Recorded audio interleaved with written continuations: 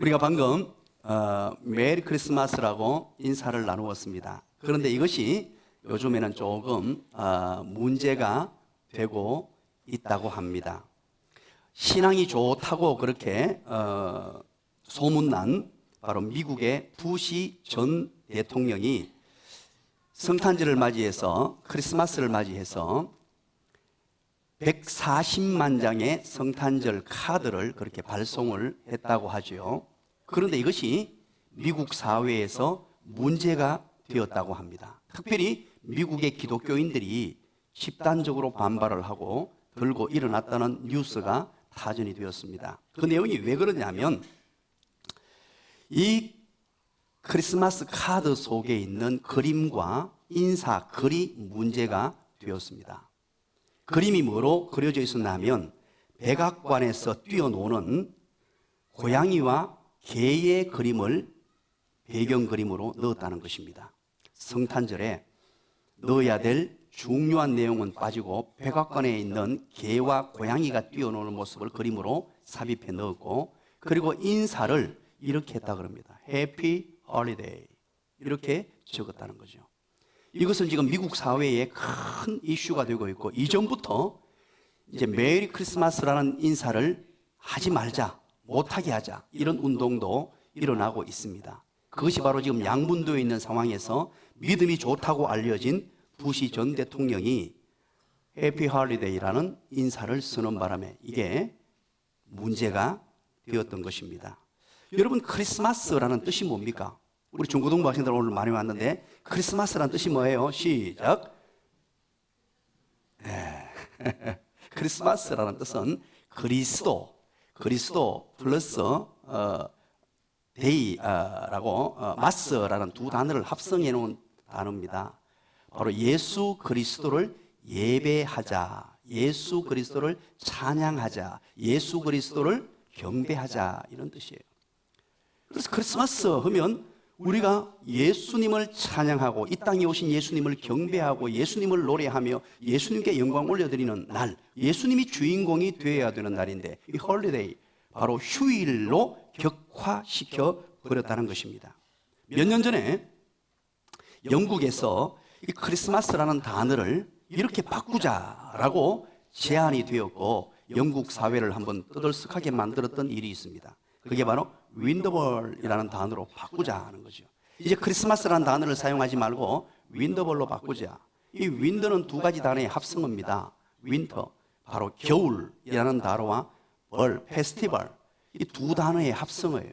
그래서 크리스마스라는 단어를 사용하지 말고 겨울 축제의 날로 그렇게 명명하고 하자. 왜? 그 이유가 뭐냐 하니까 예수 믿지 않는 사람들을 배려하자, 뭐 이런 의미에서 그렇게 그 운동이 일어나기도 했습니다. 그러나 그것은 관철되지 않았습니다. 우리나라 사람들에게, 특별히 우리 고등학생들에게 질문을 던졌습니다. 설문조사를 했어요. 우리 고등학생들 손 들어보세요. 여기 많이 앉았네. 여기 앉았네. 그죠? 자, 여러분들이 한번 대답해 봅니다. 목사님이 묻습니다. 크리스마스 하면 제일 먼저 떠오르는 것이 무엇입니까? 시작. 우와, 훌륭합니다. 우리 나눈 것에게 우리 고등부 목자들 손 들어보세요. 아주 잘했어요. 이렇게 큰 소리로 이게 나와야 정상인데 우리나라 고등학생들을 대상으로 설문조사를 했습니다. 크리스마스라고 하면 제일 먼저 떠오르는 것이 무엇일까요? 무엇입니까? 이렇게 물었어요. 1등이 뭐가 나왔을까요? 여러분 한번 대답해 보시죠. 시작. 그렇죠. 야, 정확하게 맞추었어요. 산타라고 대답을 했습니다. 산타가 1등에 올라왔는데 29.9%의 고등학생들이 크리스마스 하면 산타가 떠오른다고 대답했습니다. 그리고 두 번째가 바로 크리스마스 트리라고 대답했어요.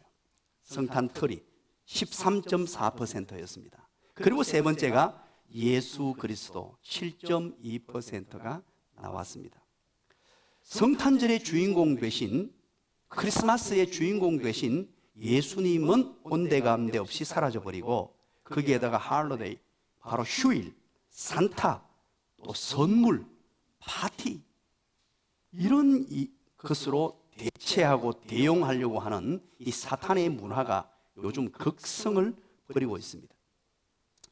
지금 모든 사람들은, 예수 믿지 않는 대부분의 사람들은 크리스마스 그러면은 산타를 떠올리게 되고 산타가 마치 주인공인 것처럼 그렇게 생각하고 있습니다. 이 산타클로스는요, 전설의 인물입니다. 산타 인물은 AD 270년입니다. AD 270년에 터키 출신의 성 니콜라스라는 사람을 일컬은 단어예요. 이분이 그때 당시에 생전에 자선을 참 많이 베풀었다 그래요. 선한 일을 하고 착한 일을 하고 좋은 일을 했는데, 이 사람을 기리기 위해서 성탄절 날 산타가 등장하게 되는데, 그 일화 중에 이런 일화가 있습니다. 왜 산타가 성탄절 주인공처럼 돼버렸느냐? 어느 날 결혼 정년기에 있던 3명의 처녀가 있었습니다. 그런데 이 세 처녀에게 돈이 없어서 길거리의 여인으로 팔려가게 된 거예요. 팔려가게 되니까 이 모습을 지켜보던 성 니콜라스가 너무 안타까운 마음에 그 세 여인에게 남몰래 금바구니, 금자루를 3개를 마련해서 각자에게 몰래 갖다 주게 됩니다.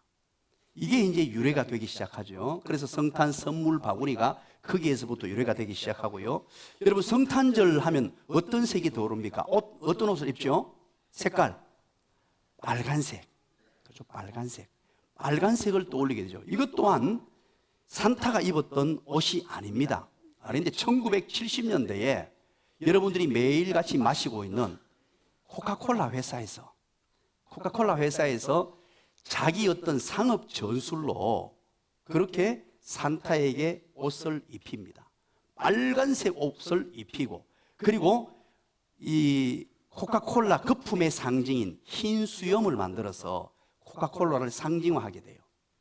1970년대에 그게 언론을 타고 광고로 나오고 하면서 이 전 세계에 퍼져가지고는 그대로 이게 하나의 문화로 그렇게 만들어지게 된 것입니다. 여러분, 성탄절에 등장하는 이 산타클로스는요, 아기 예수님과 전혀 상관이 없습니다. 이 성탄의 문화, 크리스마스 문화를 파괴시키는 데 가장 큰 일조를 한 것이 바로 이 산타의 문화입니다. 그래서 아이들도 속고 있고 우리 그리스도인들조차도 그 문화에 속고 있습니다. 그래서 성탄절을 망치고 있는 것입니다. 성탄절 하면 크리스마스, 바로 그리스도, 예수 그리스도를 경배하고 예수 그리스도를 예배하고 예수 그리스도를 높이며 예수 그리스도가 주인공 되어서 오늘 여러분들처럼 예수님을 찬양하고 예수님의 성탄을 기뻐하며 즐거워하는 것이 바로 크리스마스예요. 그런데 이 의미를 완전히 바꾸어서 파티하는 날로, 그리고 선물 주는 날로, 휴일로 이렇게 바꾸어버렸습니다. 그러다 보니까 이 선물을 너무너무 좋아하다 보니까, 여러분, 얼마 전에 김정은이가 우리에게 선물을 준다고 합니다. 무슨 선물요? 크리스마스 선물을 준대요. 오늘 지금 뉴스 잘 보십시오. 어떤 선물을 줄지 지금 제가 심히 걱정이 됩니다. 이 젊은 아이가 이 잘못 생각해가지고요, 이게 무슨 도발을 하면 큰일 납니다. 김정은이가 뭐라고 했냐면 크리스마스 선물을 주겠다. 그 의도가 뭐냐 하면 자기들의 제재를 풀지 않으면 지금 굉장히 경제적으로 어렵거든요. 풀지 않으면 핵실험이나 혹은 ICBM, 대륙간 탄도미사일을 발사하겠다는 의미예요. 성탄절에 그렇게 해버리겠다고 그렇게 선물하면서 운운합니다. 사랑하는 여러분, 이럴 때 우리 그리스도인들은 예수님의 성탄을 헛되이 보내지 말아야 합니다. 이 성탄의 의미를 다시 한번 되새기고, 성탄의 진정한 주인공이 누구이시며 예수님 되신 그분, 그리스도 되신 예수님, 그분께서 왜 이 땅에 오셨고, 그래서 성탄절이 우리에게 주어진 의미, 우리가 어떻게 성탄절을 보내어야 하는가 하는 것을 깊이 생각해 보아야 합니다. 유럽의 한 교회에 교회당 벽면에 성경의 영웅들의 어떤 성화가 쫙 걸려 있답니다. 그렇게 걸려 있는데 그분들은 모든 그림에 그분들의 시선은 한 곳으로 그렇게 가도록 그림이 그려져 있다 그래요. 그래서 그 성경의 영웅들이 쳐다보는 시선을 따라가 봤더니만 그분이 누구시냐? 바로 예수 그리스도의 성화였다고 합니다. 그렇습니다, 여러분. 성경의 주인공은 예수님이십니다. 역사의 주인공도 예수님이시고 성경 모든 인물과 모든 사건이 예수님을 가리키고 있습니다. 예수 믿는 사람들은 또 오늘 저와 여러분들은 성탄절을 맞이하면서 잊지 말고 기억하셔야 될 게 예수님이에요. 우리 고등부 아이들 성탄절 하니까 선물 생각나는 분 가만히 앉아 계세요? 아빠 엄마 어떤 선물 줄까? 그런 마음들, 물론 선물도 중요합니다. 그러나 그것보다 더 먼저 예수님, 내가 예수님에게 어떻게 경배하고 어떻게 영광 올려드릴까? 예수님이 왜 이 땅에 오셨는데, 무엇 때문에 오셨는데 그걸 알고 오늘 우리는 족보 이야기가 기록된 성경을 읽었습니다. 역사의 주인공 되신 예수님의 탄생입니다. 오늘 예수님께서 이 땅에 오신 내용이 바로 마태복음 1장 18절부터 기록되죠. 예수님이 이 땅에 오신 사건을 쭉 기록함으로써 마태복음이 시작되는데, 그런데 마태복음은 참으로 독특하고도 특별하게 시작이 됩니다. 마태복음 1장 1절부터 17절까지 그 내용은 바로 예수님의 족보입니다. 우리는 이 족보를 읽으면서 너무나 당황스럽습니다. 늘 신년이 되면요, 내가 성경을 한번 읽어봐야지, 이번에는 성경 일독을 한번 해봐야지, 그리고 성경을 마태복음 신약부터 읽어야지 하고 펼쳤는데, 이게 이름도 알 수 없는 족보가 막 기록이 돼서 누가 누굴 낳고 하니까 이게 도대체 무슨 의미인지 어떤 뜻인지 하나님의 말씀을 보고 은혜 받으려고 했는데 내용도 모르고 은혜 되기는커녕 답답하기 그지없고 지루하기 그지없는 내용이 바로 마태복음 1장에 기록이 되어 있다는 것입니다. 족보라는 것이 도대체 뭐냐는 거예요, 족보. 그래서 제가 오늘 여러분들에게 족보를 가져왔어요. 이게 족보입니다. 우리 집안의 족보예요. 이거 아버님 돌아가시고 제가 25년 가까이 되는 것 같은데 한 번도 열어보지 않다가 오늘 설교를 보고 어제 열어봤어요. 그래서 족보를 이렇게 아주 두껍게 됐는데 이게 안에 내용을 보고 제 이름을 찾으려고요, 어제 한 1시간을 뒤졌는데 못 찾았어요. 이게 어디 있는지 모르겠더라고요. 너무 어려운 한자로 다 기록되어 있는데다가 읽는 방법도 모르겠고, 이렇게 족보가 지루하고 어렵고 힘든 책이에요. 이런 책을 성경의 제일 앞부분에다가 넣어 놓았단 말이에요. 도대체 그 이유가 뭘까요? 성경을 기록한 이유, 그것도요, 마태복음 제일 첫 부분에 이것은 너무너무 중요하다는 의미거든요. 너무너무 중요해서 이것부터 밝히고 성경을 기록한 것인데 도대체 이 의미가 뭐냐는 거예요. 우리나라 사람들은 족보를 상당히 중요하게 여기잖아요. 저는 그래서 이거 처음에 아버님한테 이걸 물려받고는 이걸 어떻게 해야 되나, 불태워버려야 되나. 그런데 뭐 태우기는 좀 그렇고, 그래서 이걸 한 켠에 그냥 던져 놓았는데 이거 찾는다고요? 아무리 찾아도 없는 거예요. 찾다 보니까 문지가 뽀얀 곳에서 나타나는데 저는 그다지 이게 뭐 중요하다라고 생각한 적이 없습니다. 왜냐하니까 예수 믿고 난 뒤에 저는 예수님의 족보 안에 올라가 버렸기 때문에 마태복음의 1장의 족보가 제 이름에 들어가 버렸어요. 야, 기가 막히잖아요. 벌써 족보가 딱 성경 생명책에 기록되었기 때문에 그다지 중요하지 않은 것이 되었어요. 그러나 우리나라 사람들은 이걸 너무너무 중요하게 여깁니다. 우리나라에는 성씨가요 총 251개가 있다고 그럽니다. 그리고 본관으로 따지면요, 본관이 대략 한 1000여 개의 성씨에 들어있답니다. 그래서 저 같은 경우에는 우리 고등학생 청년들 본관이 뭐예요? 요즘 그거 잘 모르죠? 제 본관은 전주입니다. 전주 이씨라 그래요. 전주이가. 그러면은 자, 우리 이예우는 본관이 어디예요? 그렇지, 똑똑하네. 전주입니다. 그래서 모든 분들은 이 본관이 다 있음에도 불구하고 이제 요즘에는 중요히 여기지 않아서 모르는 사람들도 태반입니다. 하지만 아직까지도 우리 사회 전반에 흐르는 분위기는요, 이걸 매우 중요하게 여깁니다. 그리고 성도 얼마나 중요하게 여깁니까? 족보에 기록된 내가 누구의 후손에 대해서 성도 여러 가지 성이 너무너무 많잖아요. 우리나라에 보면 특별히 희귀성이 많이 있더라고요. 그중에 여러분 혹시 곽씨라고 들어봤습니까? 곽씨, 뇌씨, 애씨, 탄씨, 판씨, 포씨, 풍씨, 필씨, 이런 성들도 다 있더라고요. 수많은 성들이 있는데 그것을 그대로 이어받기를 원하고, 심지어요 시집을 가서 다른 가문의 남편하고 만났는데도 그 성은 포기하지 않아요. 시집 갔다고 성 포기하신 분 손 들어보시기 바랍니다. 우리나라는요, 끝까지 그 성을, 자기 성을 가지고 삽니다. 이 우리나라 민족 못지않게 유대인들은 이 족보를 너무 소중하게 여겼어요. 자기의 어떤 뿌리, 자기의 어떤 성, 자기의 어떤 조상, 이걸 너무너무 중요하게 여기고 살았단 말입니다. 바로 그것이 오늘 본문에 등장하는 마태복음 1장의 족보입니다. 예수님의 족보는 누가복음의 족보와 마태복음의 족보로 나뉘게 돼요. 그런데 이것을 천천히 연구를 해보면 누가복음과 마태복음이 상당한 차이가 있습니다.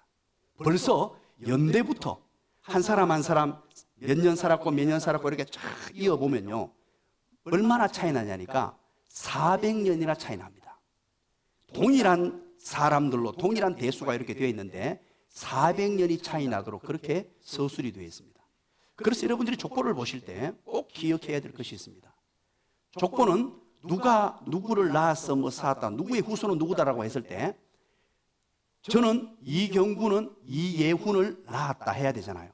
그렇게 안 하고 이예훈의 아들의 또 그 아들의 아들의 그 아들의 아들이 예를 들면 이장군이라고 이름을 지었어요. 4대손에. 그러면 이경구가 이장군을 낳았고, 이런 방식으로 서술을 해나갑니다. 중요한 인물들만 그렇게 기록하기 때문에, 그래서 성경을 그대로 맞춰서 연도를 맞추면 맞지 않는 것이 당연합니다. 이 마태복음의 족보는 유대인의 족보의 기록 관습에 따라서 숫자와 세대의 역사적 구분으로 그렇게 기록을 합니다. 14대씩을 나누어서 3기로 나누어요. 1대부터 14대 1기, 또 1대부터 14대 2기, 1대부터 14대 3기 해서 예수님의 족보를 편집을 하고 만듭니다. 그게 바로 유대인의 어떤 족보 기록 관습인데요. 먼저 1기는 아브라함에서부터 다윗에 이르는 다윗의 출생기를 다루고 있어요. 그리고 2기는 다윗에서부터 바벨론 포로기까지, 그리고 3기는 바벨론 포로부터 예수님의 탄생하심까지, 이렇게 3기로 나누어서 기록하고 있습니다. 자, 그렇다면 한번 보십시오. 1장 1절입니다. 이제 예수님의 족보가 예수님의 탄생 사건을 이야기하기 위해서 족보가 기록되는데, 먼저 1장 1절 뭐라고 시작하는지 우리 한번 읽어봅니다. 다 같이 읽습니다. 시작. 아브라함과 다윗의 자손 예수 그리스도의 계보라. 아멘. 오늘 이 본문은 1차적인 독자가 누구냐면 마태라는 사람이 하나님의 성령의 감동으로 1차적인 독자에게 편지를 쓰는 형식인데, 그 독자가 누구냐? 바로 유대인들입니다. 유대인들에게 이 편지를 쓰기 때문에 유대인들은 메시아가 어떤 분으로 오신다는 그 옛날부터 머릿속에 담겨있는 생각, 학습된 관습이 있어요. 그게 뭐냐니까 바로 아브라함의 자손으로 메시아가 오신다. 이건 모르는 사람이 없었습니다. 메시아가 오시는데 아브라함의 후손으로 오신다.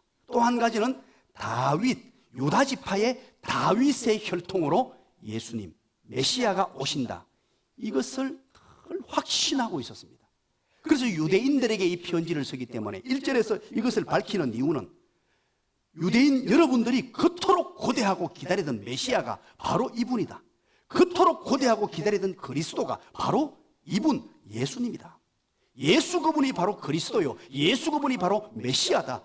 여러분들 옛날부터 선지자를 통하여 배워오고 들어오고 늘 공부했던 그 내용, 바로 그분이 바로 오늘 예수 그리스도다. 이것을 밝히기 위하여 1절에 아브라함과 다윗의 자손이라는 것을 1장 1절에서 밝혀두고 있는 것입니다. 그래서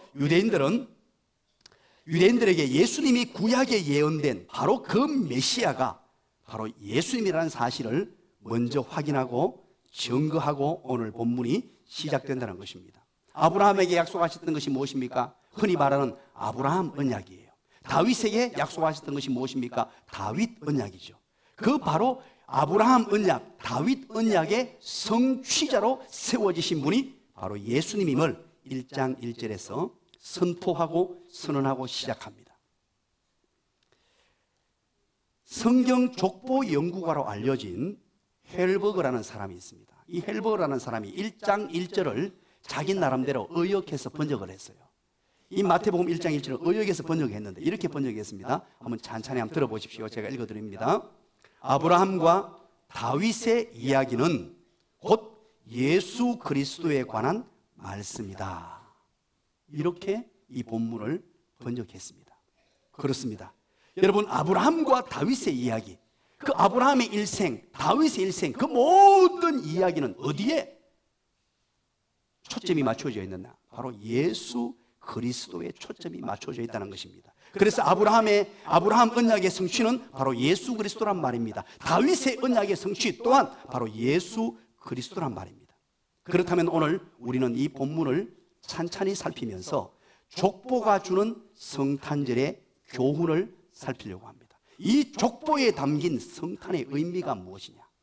우리 간략하게 한번 정리해 봅니다. 먼저 여러분 따라서 합니다. 여기에 족보에 담겨 있는 놀라운 의미, 이 족보가 의미하는 게 뭐냐? 첫 번째 따라서 합니다. 여인들을 위한 족보입니다. 한 번 더 합니다. 여인들을 위한 족보입니다. 오늘 본문을 자세히 살펴보면 참 재미있는 사실들이 기록이 되어 있습니다. 이 예수님의 족보에 여인들이 등장한다는 것입니다. 우리나라 문화와도 거의 흡사한 동양의 문화, 여인들, 이때 당시는요, 여인들은 법률상 아무런 권리가 없었고 인격이 없는 가정의 부속품처럼 취급받는 시대가 바로 이 시대입니다. 여인은 하나의 남자들의 놀이개춤으로 취급되는 그 시대 문화예요. 그런데 여인들이 족보에 올라간다는 건 있을 수도 없고 상상할 수도 없는 일이에요. 오늘 이 족보에도요, 여기에 여인들 이름은 아무도 없어요. 전부 남성 중심의 사회, 남자들 이름만 가득 차 있고 이 유대인들 또한 우리보다 더하죠. 철저했습니다. 그런데 오늘 본문에 여인들의 이름을 자랑스럽게, 그것도 전면에 내세워서 기록하고 있다는 이 특징이 있어요. 자, 여인들을 한번 살펴볼까요? 3절, 우리 여인이 누가 등장하는지 3절 읽고 여러분들이 여인을 저에게 말씀해 주시기 바랍니다. 3절 다 같이 읽습니다. 시작. 유다는 다말에게서 베레스와 세라를 낳고, 베레스는 헤스론을 낳고, 헤스론은 람을 낳고. 자, 여기에서 3절에서 여인은 누구죠? 다말. 다말이 누굽니까? 다말은요, 오늘 본문을 읽기에는 유다는 다말에게서 베레스와 세라, 쌍둥이를 낳았거든요. 쌍둥이를 낳았는데 오늘 보니까 유다의 부인처럼 보이잖아요. 그죠? 그게 아닙니다. 유다의 며느리예요. 나중에 설명할게요. 그런데 이 다말이라는 여인은 유다의 며느리입니다. 그리고 5절을 보십시오. 5절에서 두 명의 여인을 찾으셔야 됩니다. 5절 다 같이 읽습니다. 시작. 살몬은 라합에게서 보아스를 낳고, 보아스는 룻에게서 오벳을 낳고, 오벳은 이세를 낳고. 자, 두 사람 얘기해 봅니다. 시작. 라합, 또 한 사람은 룻. 그렇습니다. 라합이라는 여인과 룻이라는 여인을 예수님의 족보에 기록하게 됩니다. 라합은 여러분 잘 아시죠? 여호수아가 여리고성을 점령할 때에 기생이었습니다. 기생 라합이었고, 룻은 누구였습니까? 룻기에 등장하는 시어머니 이름이 뭐죠? 나오미, 기쁨이라는 뜻의 나오미, 나오미의 며느리입니다. 이 여인 두 명이 오늘 본문에 등장합니다. 그리고 6절을 한번 보시죠. 또 여러분들 이름이 등장하지 않는데 이름을 한번 밝혀주시기 바랍니다. 6절 다 같이 읽어봅니다. 시작. 이새는 다윗 왕을 낳으니라. 다윗은 우리아의 아내에게서 솔로몬을 낳고. 자, 여인이 누가 등장합니까? 시작. 이름을 한번 얘기해 보시죠. 시작. 뭐라고요? 이경구? 밧세바이죠. 자, 우리아의 아내라고, 이건 의도적으로 이름을 밝히지 않았어요. 조금 이따 이거 설명해 드릴게요. 여러분, 다윗은 우리아의 아내에게서 솔로몬을 낳았습니다. 이 밧세바라는 여인을 통해서 솔로몬을 낳았어요. 이 밧세바는 우리가 너무너무 잘 아는 여인이죠. 이 여인이 등장하죠. 그리고 16절입니다. 16절의 여인의 이름을 얘기해 주시기 바랍니다. 다 같이 했습니다. 시작. 야곱은 마리아의 남편 요셉을 낳았으니 마리아에게서 그리스도라 칭하는 예수가 나시니라. 아멘. 16절에 등장하는 여인은 누구죠? 마리아입니다. 그렇다면 여러분 총 몇 명입니까? 예수님의 족보에 등장하는 여인 총 몇 명이죠? 시작. 총 몇 명입니까? 시작. 5명이 등장합니다. 다말, 라합, 룻, 우리아의 아내 바세바, 그리고 마리아. 이 여인이 5명 등장합니다. 마태복음에 나타나는 족보의 특징, 일반적이지도 않고 이것은 그때 당시 파격적이고 충격적인 그런 하나의 사건입니다. 왜 그러면 여기에 여인들을 등장시키고 있을까요? 이것은 다름이 아니고 예수님이 오신 목적을 밝히는 것입니다. 여인들은 연약함의 상징입니다.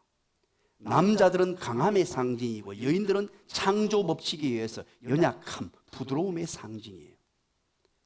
오늘 이 본문을 통하여 말씀하시고 싶은 것은 예수님이 오신 목적, 예수님의 족보를 통하여서 우리에게 교훈을 주시기 원하는 것은 바로 연약한 자들을 위한 구주로 오셨다 하는 것을 우리에게 밝혀주는 거예요. 이 세상의 모든 약한 자들을 위해서 예수님께서 오셨다는 것입니다. 여러분 구약 성경에 뭐라고 말합니까? 구약 성경의 엄청난 주제 가운데 하나가 고아와 과부와 나그네를 섬기라 그러죠. 가난한 자와 고통받는 자. 그렇습니다 여러분. 소외되고 가난하고 헐벗고 힘없는 자를 위한 구세주로 구주로 오신 분이 바로 우리 주님 예수 그리스도란 말이에요. 이 땅의 수많은 약자들을 위하여, 이 땅의 수많은 가난한 자들, 헐벗고 소외되고 힘겨워하는 사람들, 고통 중에 있는 사람들, 절망 가운데 있는 사람들, 육체적으로 어려운 사람들, 영적으로 어려운 사람들, 모든 사람들 허덕이고 헤매이는 그들을 위하여 우리 예수님께서 이 땅에 오셨다라고 이 족보를 통하여 만방에 선포하고 선언하고 예수님이 1장 18절에 드디어 탄생하시게 됩니다. 이것이 바로 족보의 첫 번째 비밀입니다. 두 번째는 따라서 합니다. 두 번째 따라서 합니다. 죄인들을 위한 족보입니다.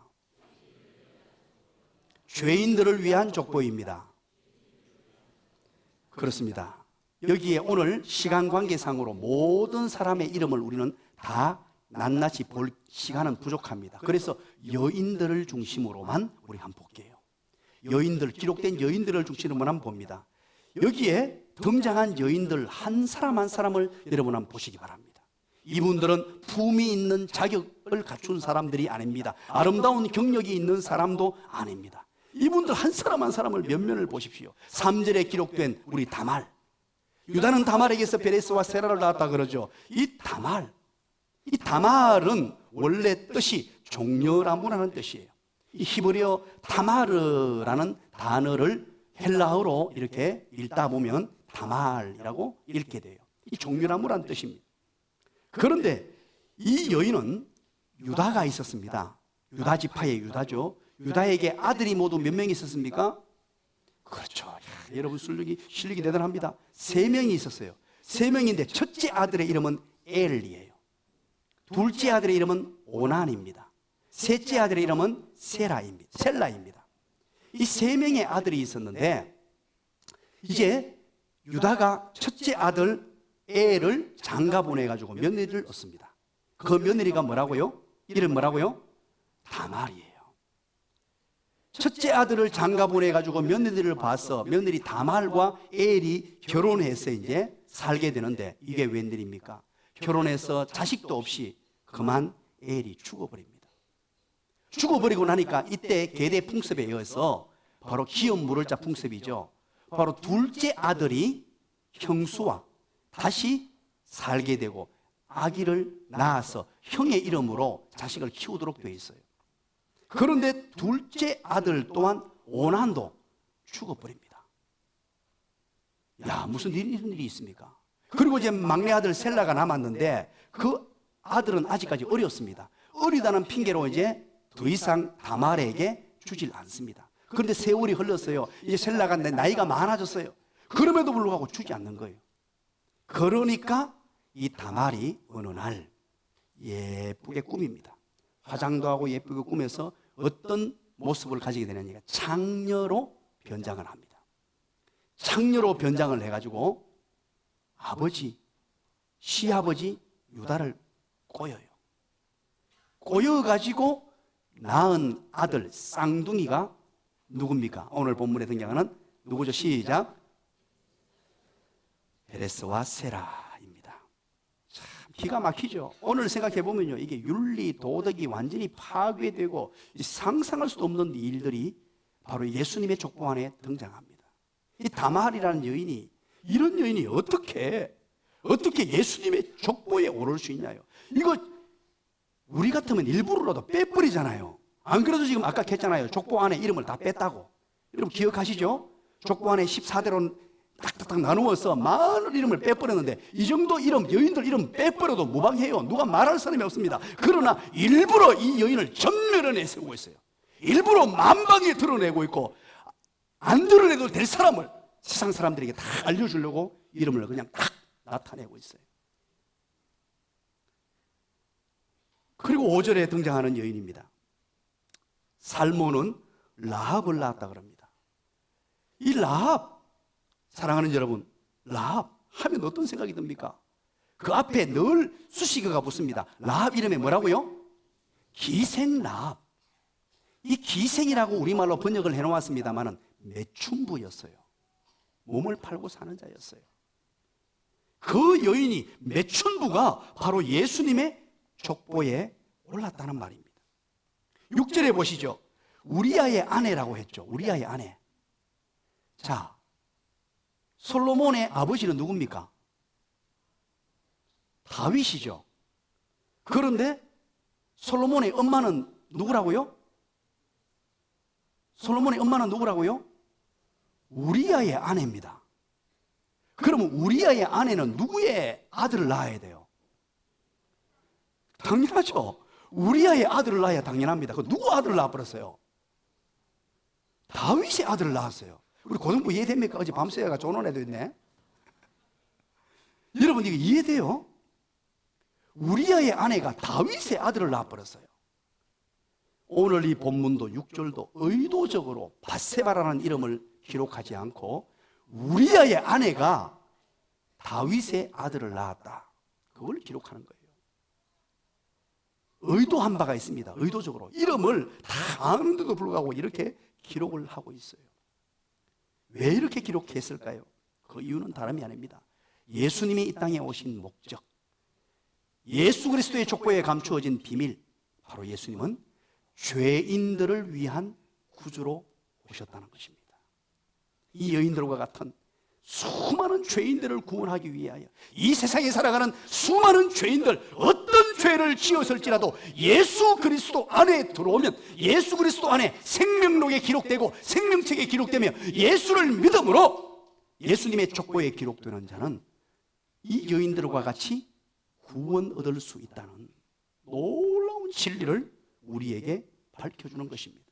여러분 기억하십니까? 마태복음 9장에 보시면 예수님께서 이 땅에 오신 목적을 밝힙니다. 예수님은 의인을 부르러 온 것이 아니라 누구를 부르러 왔다고요? 죄인을 부르러 왔노라라고 분명히 밝히셨어요. 예수님이 이 땅에 오신 목적이 벌써 족보에서부터, 예수님의 기록된 예수님의 족보에서부터 분명하고도 뚜렷하게 세상 많은 사람들이 알 정도로 선포하고 선언하고 있습니다. 유대인들은 이걸 너무 잘 알았습니다. 유대인들 문화 속에 이 편지는 지금 1차적으로 유대인들에게 쓰는 편지고 유대인들을 향한 내용이기 때문에 너무너무 잘 알았어요. 이처럼 부도덕한 여인들, 우리가 생각하기도 싫은 여인들, 그냥 이름을 빼버리고 싶은 여인들, 생각하기도 싫은 여인들, 우리의 조상에 있었다고도 그냥 없애버리고 싶은 여인들, 그 여인들을 전면에 내세워서 이분들이 바로 예수님의 족보에 속한 여인들이라고 밝힙니다. 그리고 세 번째입니다. 세 번째, 따라서 합니다. 오늘 이 예수님의 족보는 이방인을 위한 족보입니다. 한 번 더 합니다. 이방인을 위한 족보입니다. 그렇습니다. 우리 전체 내용을 다 살피지 못한다 그랬죠. 여인들만 보기로 했죠. 우리 다말을 보십시오. 이 다말은 바로 이방인이었습니다. 가나안 출신의 여인이에요. 가나안 여인이었고, 그리고 5절에 등장하는 라합은 어느 출신이죠? 모자로 시작합니다. 시작. 모압. 그렇습니다. 모압이죠. 그리고 룻기에 등장하는 룻은요, 룻 또한 모압 여인입니다. 그런데 의도적으로 이 모압 여인들이 많이 나오는데요, 이 모압 지파에 대해서 조금 생각해 봐야 돼요. 모압 지파가 어떻게 출발했느냐? 아브라함의 조카가 누구였죠? 롯이었죠. 아브라함의 조카가 롯이었는데, 롯이 이제 나이 많아 늙었고, 그리고 롯이 두 딸이 있었는데 후손이 없었어요. 그래서 롯의 두 딸이 아버지에게 술을 먹입니다. 술을 먹이고 하룻밤에는 큰 딸이 아버지에게로 들어가서 관계를 맺어요. 그리고 아들을 낳습니다. 그리고 다음 날은 둘째 딸이 또 아버지에게 술을 먹이고 아버지에게 들어가서 관계를 맺고 아들을 낳아요. 둘째 아들을 낳습니다. 큰 딸이 낳은 아들의 이름이 모압이에요.